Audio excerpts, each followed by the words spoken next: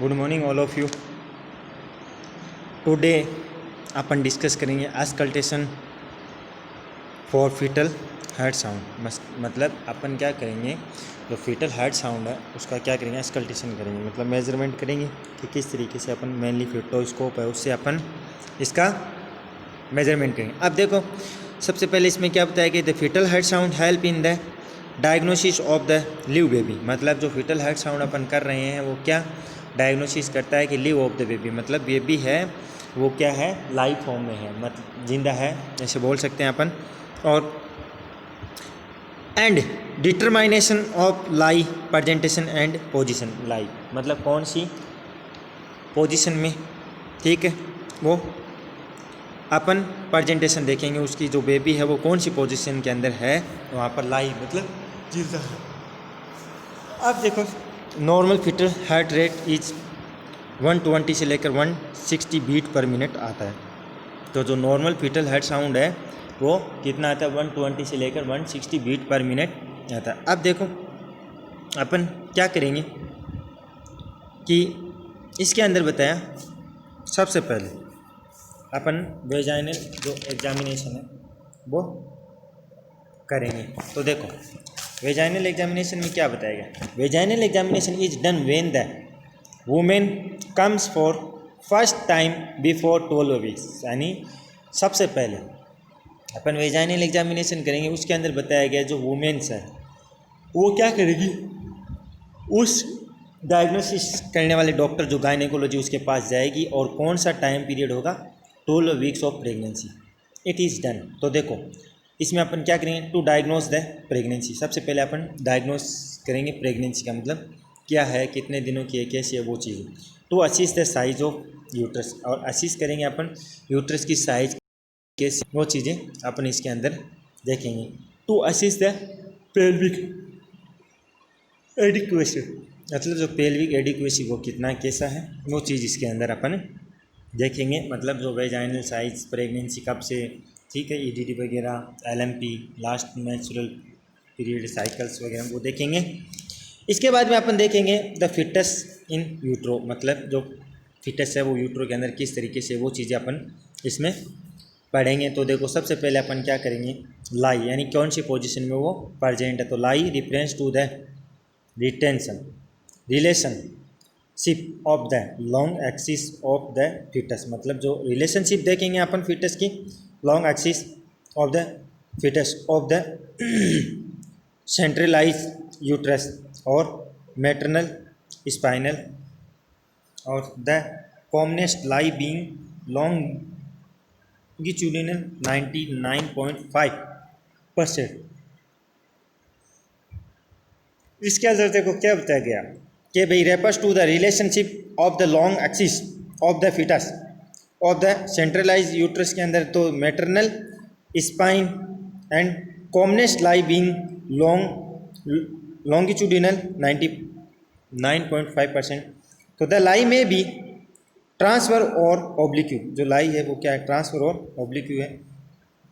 उसके बाद में प्रेजेंटेशन देखो, the part of the fetus, यानी जो फिटस का पार्ट है, तो the part of the fetus is occupy the lower pole of the uterus, मतलब जो occupy the lower pole of the uterus is collected the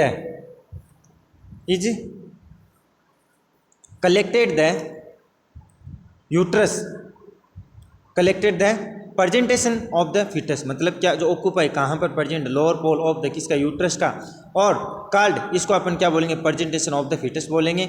अब देखो द प्रेजेंटेशन में भी cephalic breech, podalic and shoulder and other, मतलब जो presentation में भी सेपेलिक भी हो सकता है, ब्रीच भी हो सकता है, और पेडेलिक भी हो सकता है, एंड शोल्डर एंड अदर्स, ठीक है, इसके अंदर ये बताया गया। उसके बाद में देखो, when more than one pole of the fetus present is called compound presentation, मतलब इसके अंदर क्या बताया कि when more than one part of the fetus का वो प्रेजेंट कहाँ होता है, कॉल्ड, इसको अपन कंपोनेंट प्रेजेंटेशन बोलेंगे। इसके बाद में अपन देखेंगे प्रेजेंटेटिंग पार्ट। तो प्रेजेंटेटिव पार्ट के अंदर क्या रहेगा कि the presentative part is define as the part of the presentation, मतलब प्रेजेंटेटिंग पार्ट है वो define as the part of the presentation रहेगा which overlie the internal os, और ये कहाँ पर ज़्यादा रहेगा, इंटरनल ओएस के अंदर। तो देखो the cephalic presentation the presenting part is vertex most common brow और फेस। तो देखो इसके अंदर बताया गया कि जो cephalic presentation the presenting part is vertex, तो इसमें कॉमनेक्स्ट और ब्रो और फेस। अब देखो इसके अंदर बताया गया डायग्राम, यानी तो लाई प्रेजेंटेशन और the presenting part of the cephalic. तो देखो लाई इसमें लॉन्गिट्यूडिनल यानी सेपेलिक और वर्टेक्स में, और ट्रांसवर्सस ब्रेच यानी ब्रो, ऑब्लिक्यू शोल्डर यानी फेस, और उसके बाद है अनस्टेबल। अब देखो इसका पढ़ेंगे अपन एटीट्यूड। एटीट्यूड के अंदर देखो क्या दिया गया है, एटीट्यूड है उसमें देखो कि the relation of the different part of the fetus to one another is called attitude of the foetus. मतलब इसमें क्या बताया गया है कि द रिलेशन ऑफ द जो different part of the fetus है वो to one another is called attitude of the fetus. इसके अंदर क्या बताया, the universal attitude is that is flexing, यानी द यूनिवर्सल एटीट्यूड इज है वो दैट इज क्या है, फ्लेक्सिंग। उसके बाद में देखो डेम्यूरेटन, जिसमें देखो क्या बताया गया, it is N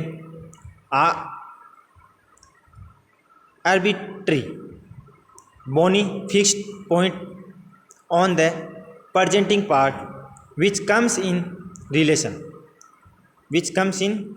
with various quadrant of the maternal pelvis। मतलब कि it is an arbitrary bony fixed point रहता है presenting part which comes in the relation with the various quadrants of the maternal pelvis. तो देखो उसके साथ में ये रहेगा। तो इसमें क्या बताया गया, the following are the denominator different presentation. तो देखो occiput in vertex, mentum in face, eminence in brow and sacrum in breech. मतलब जो ओशिपुट होगा इन वर्टेक्स के अंदर, और मेंटम इन फेस, और क्या रहेगा फ्रंटल एग्जामाइंस इसके अंदर, eminence in brow and the sacrum in breach. तो अब देखो पोजीशन के अंदर बताया इट इज़ द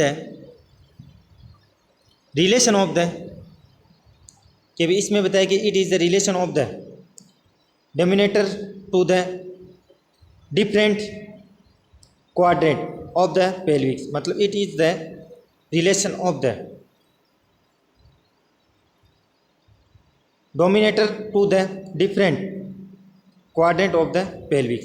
तो देखो क्या बताया गया, the pelvic is divided into the equal segment, कि जो pelvic है is divided into the equal segment of 45 degree to place the dominator in each segment। मतलब equal segment of 45 degree to place the dominator in each segment। तो अब देखो क्या बताया, these are 8 position which present in part। अब देखो कौन कौन से present in part, anterior, posterior, right और लेफ्ट पोस्टीरियर, यानी एंटीरियर साइड रहेगा, पोस्टीरियर साइड पर रहेगा, और left position is referred in the relation to the maternal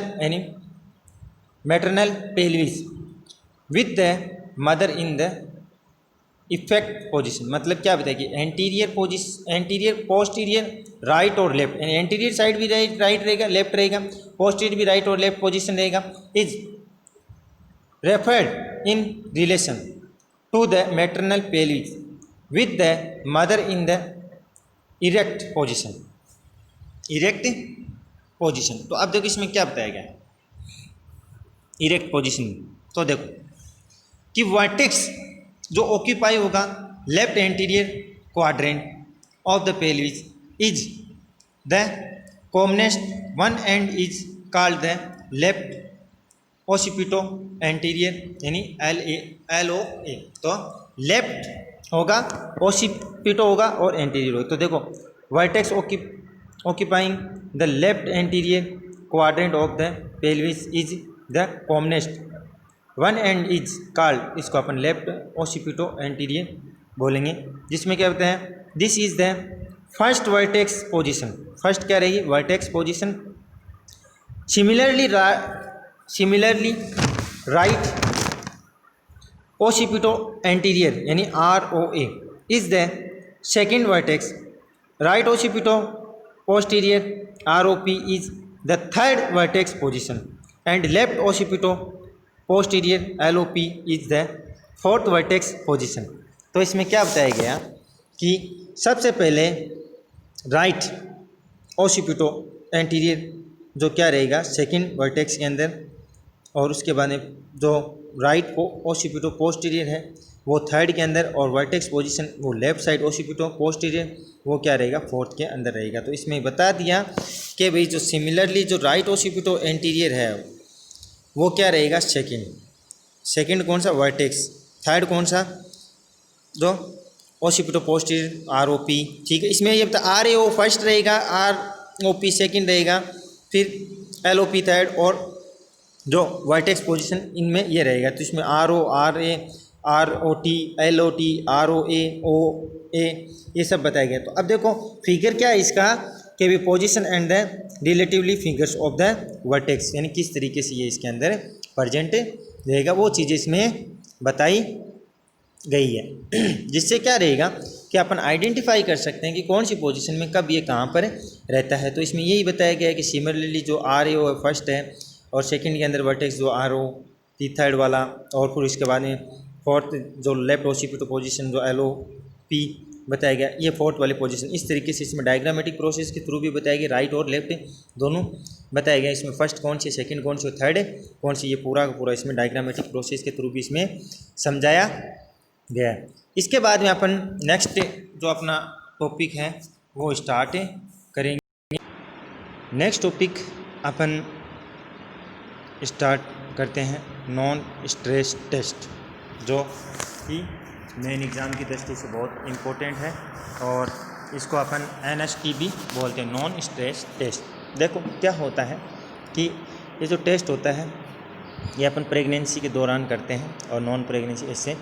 तो देखो the NST nominators the fetal heart rate in response to fetal movement in order to assess जो क्या कहता है fetal movements in order to assess fetal being.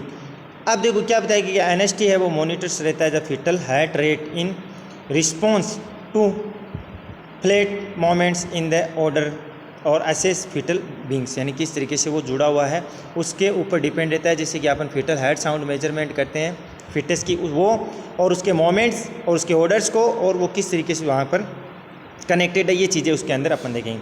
अब देखो the fetal heart rate is monitored for approximately 20-30 minutes, मतलब 20 से 30 minute तक अपन इसको क्या कर सकते हैं मेजरमेंट कर सकते हैं। जो कितना रहेगा इसका टाइम ड्यूरेशन 20 से 30 मिनट, 20 से 30। फिर अपन देखते हैं इसी के अंदर कि it is the important that the fetus not be in A